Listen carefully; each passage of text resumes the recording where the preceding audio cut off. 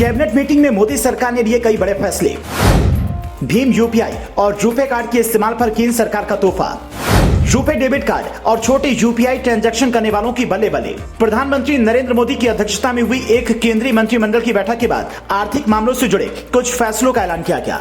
इनमें आम जनता को वित्तीय ट्रांजैक्शन और डिजिटल लेन देन में आसानी होगी और उनको इंसेंटिव मिलेंगे। बता दें कि केंद्रीय मंत्रिमंडल ने कई अहम फैसले लिए। इनमें राष्ट्रीय पेयजल स्वच्छता एवं गुणवत्ता केंद्र का नाम बदलने से लेकर 3 नई सहकारी समितियों का गठन शामिल है। इसके अलावा भीम यूपीआई के जरिए ट्रांजैक्शन पर भी अहम फैसला लिया गया। केंद्रीय मंत्रिमंडल ने अहम फैसला लेते हुए राष्ट्रीय पेयजल स्वच्छता एवं गुणवत्ता केंद्र का नाम बदलने से लेकर 3 नई सहकारी समितियों का गठन शामिल है। इसके अलावा भीम यूपीआई के जरिए ट्रांजैक्शन पर भी अहम फैसला लिया गया। तो आइए इन सब के बारे में आपको बताते हैं। दरअसल केंद्रीय मंत्रिमंडल ने कोलकाता स्थित जोका में राष्ट्रीय पेयजल स्वच्छता एवं गुणवत्ता केंद्र का नामकरण डॉक्टर श्यामा प्रसाद मुखर्जी राष्ट्रीय जल एवं स्वच्छता संस्थान करने को कार्योत्तर मंजूरी प्रदान कर दी। केंद्रीय मंत्री भूपेंद्र यादव ने संवाददाताओं को बताया कि प्रधानमंत्री नरेंद्र मोदी की अध्यक्षता में हुई केंद्रीय कैबिनेट की बैठक में इस आशय के प्रस्ताव को मंजूरी दी गई है। उन्होंने बताया कि कोलकाता स्थित जोका में राष्ट्रीय पेयजल स्वच्छता एवं गुणवत्ता केंद्र का नामकरण डॉक्टर श्यामा प्रसाद मुखर्जी राष्ट्रीय जल एवं स्वच्छता संस्थान करने को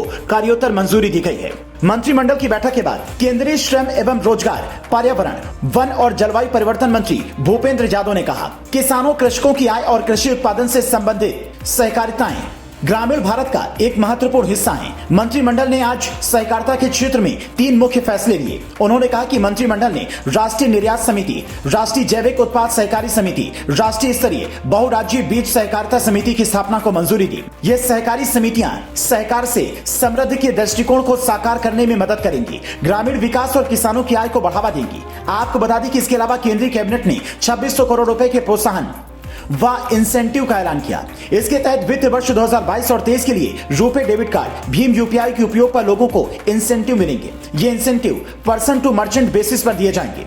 कैबिनेट मंत्री भूपेंद्र यादव ने कैबिनेट में लिए गए फैसले के बारे में चर्चा करते हुए बताया, केंद्र सरकार ने जो 2600 करोड़ रुपए के इंसेंटिव का ऐलान किया, उसके तहत एमएसएमई, किसानों, मजदूरों और उद्योगों को भीम यूपीआई के तहत किए जाने वाले पेमेंट पर कुछ छूट मिलेगी। केंद्र सरकार ने डिजिटल पेमेंट को आसान और जन सुलभ बनाने के लिए ये कदम उठाए हैं। भूपेंद्र यादव ने बताया, यूपीआई पेमेंट के जरिए होने वाले ट्रांजैक्शन की संख्या दिसंबर में 12 लाख करोड़ तक पहुंच गई थी, जो कि देश की कुल जीडीपी का करीब 54% के आसपास बैठता है। इसके और अधिक बढ़ाने के लिए ज्यादा से ज्यादा इंसेंटिव इस 2600 करोड़ रुपए की मद के तहत दिए जाएंगे। योजना के तहत बैंकों को चालू वित्त वर्ष में रुपे और यूपीआई का उपयोग करके पॉइंट ऑफ सेल यानी दुकानों पर लगी भुगतान मशीनें और ई कॉमर्स लेन देन को बढ़ावा देने के लिए वित्तीय प्रोत्साहन दिया जाएगा। इसमें मजबूत डिजिटल भुगतान परिवेश तैयार करने में मदद मिलेगी। योजना के तहत कम खर्च वाला और उपयोग के लिहाज से सरल यूपीआई लाइट और यूपीआई 123 पे को भी बढ़ावा दिया जाएगा। तो सरकार द्वारा लिए गए फैसलों पर आपकी क्या कुछ राय है, हमें कमेंट करके बताएं।